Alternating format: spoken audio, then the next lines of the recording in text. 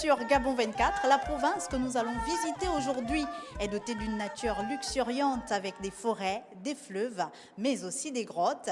Elle est située au nord-est du Gabon et s'étend sur une superficie de 46 075 km². Elle a une population de 63 293 habitants. C'est l'Ogooué-Vindo, la 6e province du Gabon.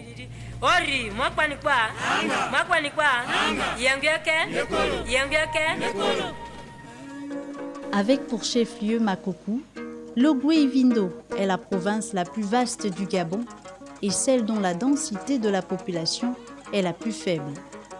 Elle tire son nom des deux fleuves qui la traversent au nord, l'Ogooué et l'Ivindo, qui signifie rivière noire. Elle dispose d'importantes richesses naturelles. L'exploitation de l'or et du fer constitue le potentiel minéralier de la province. La forêt reste insuffisamment exploitée et constitue la première richesse renouvelable de l'Ogooué-Vindo. L'armoirie de la province est subdivisée en trois par un Y renvoyant à la rencontre entre les fleuves Ogooué et Ivindo. On note également des insectes qui représentent la forêt des abeilles. La diversité linguistique caractérise aussi l'Ogooué-Vindo qui abrite plusieurs ethnies.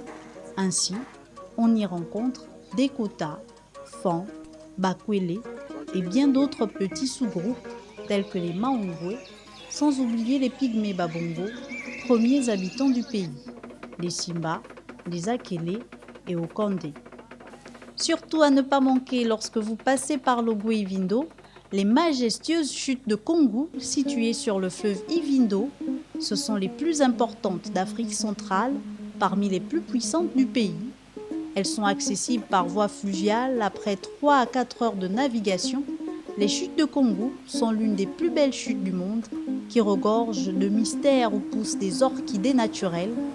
On y trouve des serpents endémiques que l'on ne trouve nulle part ailleurs, comme la vipère à 2 cornes. Voilà, notre aventure du jour est terminée. J'aurai du plaisir à vous retrouver ici pour la province de l'Ogooué-Lolo. À très vite.